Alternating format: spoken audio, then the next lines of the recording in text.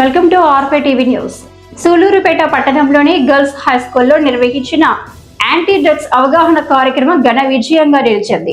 ఈ కార్యక్రమానికి ముఖ్య అతిథిగా హాజరైన సూలూరుపేట సబ్ ఇన్స్పెక్టర్ విద్యార్థులలో నూతన స్ఫూర్తిని నింపారు. డ్రగ్స్ అనే మహమ్మారి యువత భవిష్యత్తును చీకటిలోకి నెట్టేస్తుందని హెచ్చరించిన ఆయన మత్తు పదార్థాల వలన కలిగే శారీరక, మానసిక, ఆర్థిక నష్టాలపై స్పష్టంగా వివరించారు. ఒక చిన్న తప్పు నిర్ణయం జీవితాన్ని పూర్తిగా మార్చేస్తుంది అని పేర్కొంటూ విద్యార్థులు లక్ష్య సాధన దిశగా నడవాలని పిలుపునిచ్చారు.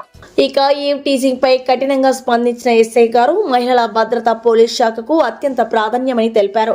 ఎవరైనా ఇలాంటి వేధింపులకు పాల్పడితే కఠిన చర్యలు తప్పవని హెచ్చరించారు. సైబర్ క్రైమ్ అంశంపై మాట్లాడుతూ సోషల్ మీడియాలో అప్రమత్తత అవసరమని, తెలియని లింకులు క్లిక్ చేయకూడదని, వ్యక్తిగత సమాచారాన్ని ఎట్టి పరిస్థితుల్లోనూ పంచుకోవద్దని సూచించారు. ఆన్లైన్ మోసాలపై విద్యార్థినులకు ఉదాహరణలతో వివరణ ఇచ్చి చైతన్యం కల్పించారు. కార్యక్రమం ముగిసే సమయానికి విద్యార్థినులు ఉత్సాహంగా స్పందించి డ్రగ్స్ కు దూరంగా ఉండి సమాజానికి ఆదర్శంగా నిలుస్తామని ప్రతిజ్ఞ చేశారు. పాఠశాల యాజమాన్యం, పోలీస్ శాఖ చేపట్టిన ఈ చైతన్య కార్యక్రమాన్ని హర్షాభినందనలతో కొనియాడింది. దాంట్లో భాగంగా మెయిన్ దీని ఎజెండా ఏంటంటే యాంటీ డ్రగ్స్. అందులో మన ఏపీ ఇప్పుడు ఆల్ ఓవర్ ద వరల్డ్, ప్రపంచం మొత్తం మీద అన్ని చోట్ల ఎక్కువగా యూత్ మెయిన్లీ ఈ డ్రగ్స్ బానిస పడతా ఉన్నారు. ఈ డ్రగ్స్ బారిన పడి వాటికి బానిసలు అయ్యి జీవితాలు నాశనం చేసుకుంటున్నారు.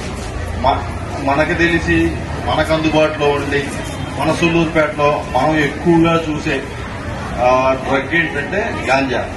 మనందరం చూస్తూ ఉంటాం, వింటూ ఉంటాం. ఇంకోసారి అక్కడ వాళ్ళతో గాంజా తాగి పూర్తిగా కోల్పోతాడు అనమాట. ఆ టైంలో అతను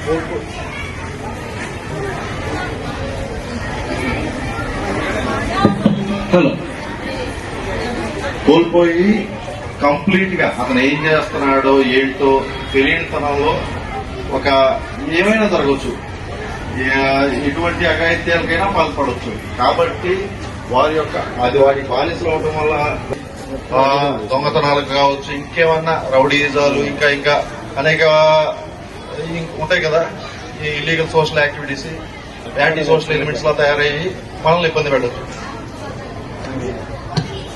మీకు చెప్పేది ఏంటంటే, మీరు ఎస్పెషల్లీ ఈ వచ్చే పోయేదారులు మీకు ఇట్లాంటి వాళ్ళందరూ తమ్ముగా ఉన్నారు.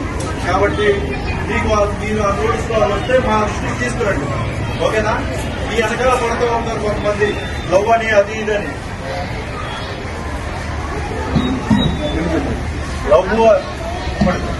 లవ్ అది అని చెప్పి మీ వెనకాల పడుతున్న వాళ్ళని నేను ఈ మధ్య చూస్తా ఉన్నాను అనమాట.